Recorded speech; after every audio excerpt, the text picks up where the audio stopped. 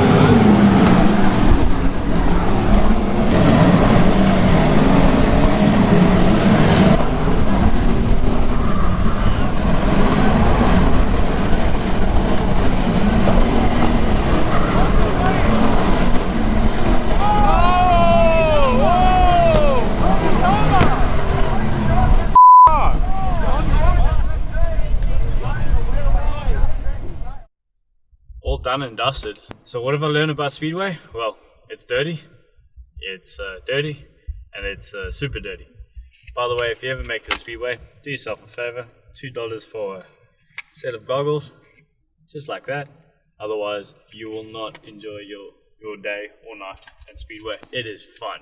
Those sprint cars are ridiculous. How they manage to do those speeds on dirt is beyond me. I want to try it. I have to try it. Or I have to try driving in circles on a dirt track at some stage in any vehicle. But man, that was fun. I hope you enjoyed it. Lots of action going on. Called off a little bit early because the rain came down and it's a clay-based track, just like our rally days. Can't really run in any sort of heavy rain. So I've called it a night, walked back to the car, started raining and I didn't have an umbrella either, so I'm even more dirty now. Keen to get back home, take a shower, go sleep.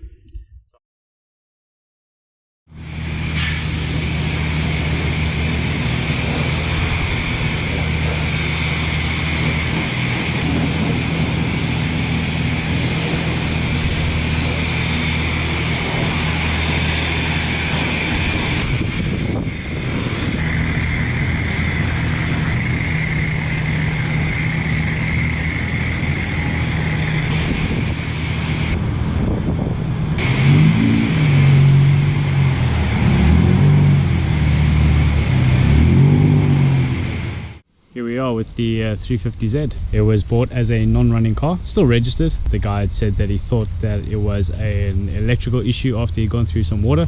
It was an electrical issue, nothing to do with water. For now, let me show you what the car looks like.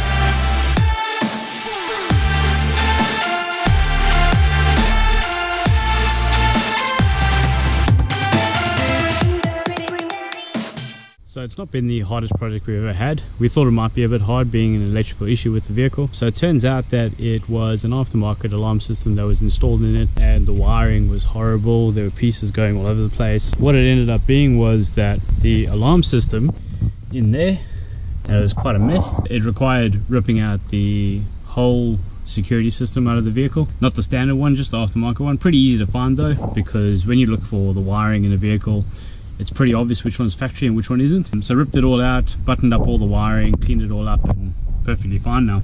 It was so bad that you used to go over a bump in the road and one of the windows would wind down. It was that crazy. But the reason why he ended up selling it to me as a non-running car was he tried to start it up. It just wouldn't fire anymore, and what it ended up being was one of the wires to the fuel pump had broken away like the rest of it. So nice and easy, pulled it all out. It did require quite a bit of wiring removal, but made it happen. So nice and easy. The vehicle runs really well. A couple of things that the vehicle's got before I got it anyway. Rocket Bunny rear wing, carbon fiber, genuine. Unfortunately the clear is not so good. It has a carbon fiber bonnet.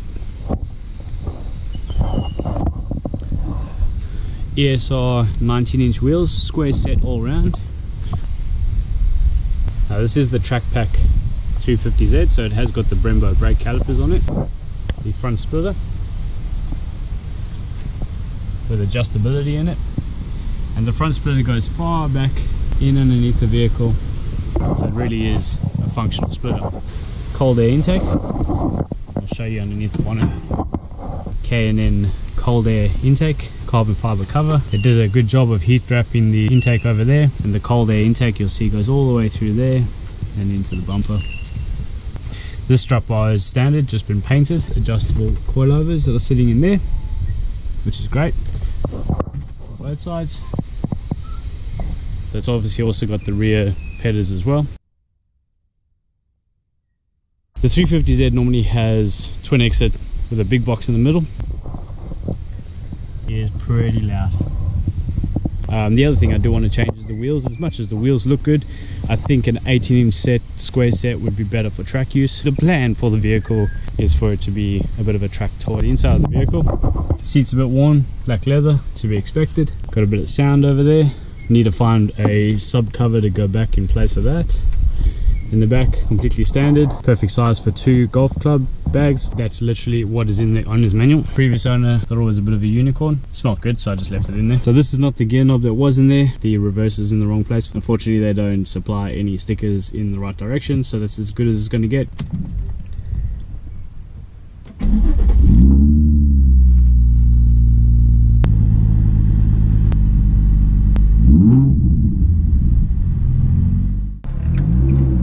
That exhaust is loud.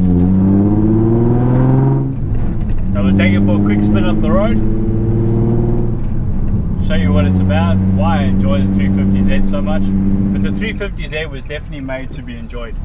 Now, its main focus wasn't for the younger generation, but it's okay though, because with the prices going down on these vehicles, they're actually ending up being awesome vehicles for the younger generation. Nice and affordable. This one, for example, is for sale at just over $10,000. It's just a fun, cheap, reliable car that'll give you smiles for days. That exhaust though needs to be changed. I think a standard exhaust rear box on there would be good. It's got straight through pipes. It's had the catch removed for silencers. I think with the standard exhaust on the rear there, it won't be too loud. It'll actually be just the right volume. I think it would be very enjoyable. It'll also get rid of a lot of the, because it's free flowing, it needs a little bit of back pressure. There's a little bit of a delay to get going before it starts opening up and feeling really good. The 350Z was designed for, you know, a salesman, golfer. It was designed for a variety of drivers, not necessarily just the sports focused driver. It's a super comfortable car to drive. Even this vehicle that slammed to the ground, we won't tell you how low it is, and on Petter's coilovers, it's actually still a really nice, comfortable car to drive around in, which is awesome. We enjoy having a car that we can actually still cruising on the road. If you're buying this as a daily track toy, you still want to be able to enjoy it on the road. So once you sort out that exhaust, the car will actually be a really nice, comfortable car to drive. At the moment, it's too droney. The other thing it needs is a good set of tires. It's got some brand tires that I've never heard of before. With some good tires from Nankang, I think it'll be a lot better than what it is at the moment. So we're in a higher speed road over here, so we're going to stretch its legs a little bit, just so you can hear it revving up and really appreciate the sound of the vehicle. When it opens up, these cars always sound so good.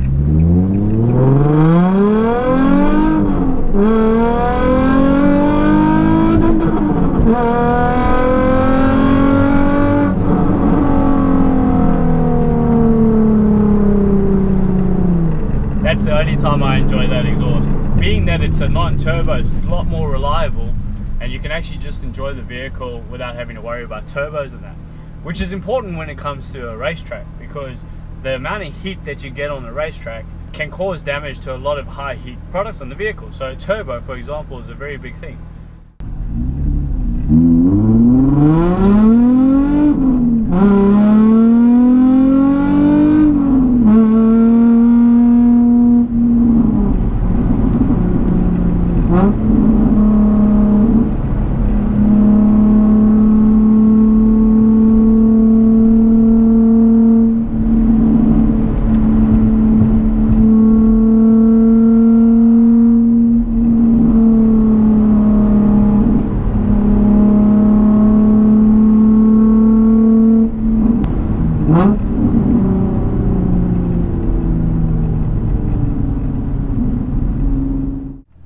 So that's the 350Z. It's a fun little car. Still a couple of things to finish off on it. Unfortunately, we can't do much on the road when it comes to driving it hard. I tend not to drive this car on the road because all I want to do is hear that exhaust, and that means going fast. So once we get some decent tires in here and smaller set of wheels and get the alignment done at Keith for wheels, we'll take it probably to Lakeside or QR. I'd like to take it to Lakeside. We previously had a 350Z in skid control when we started, and it was just a standard 350Z on 595 RSR tires, was on standard suspension.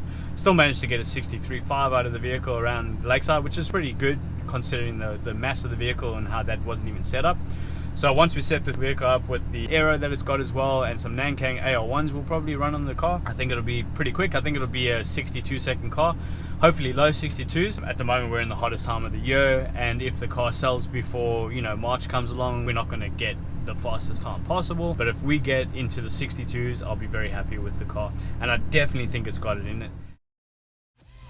Well, that's it, guys. That's it for our first episode. Hope you enjoyed it. We'd love to hear your feedback, so please get in touch with us. We're very active online, and we enjoy interacting with the subscribers of our YouTube channel. We enjoy interacting with our clients. We enjoy interacting with any drivers in general. So give us your feedback. Let us know what you'd like to see. Let us know if you have any suggestions. This is the first time we're doing it, so hopefully it's enjoyable. We'll be releasing episodes on a regular basis. Keep it short, keep it sweet, keep it interesting. Hopefully you guys will enjoy the content out of that. If you have any questions, give us a shout. You can visit our website at www.skidcontrol.com.au or facebook.com/skidcontrol. We're also on Instagram, so make sure you check that out. Subscribe to our YouTube channel, give this video a like, and we'll see you at the track.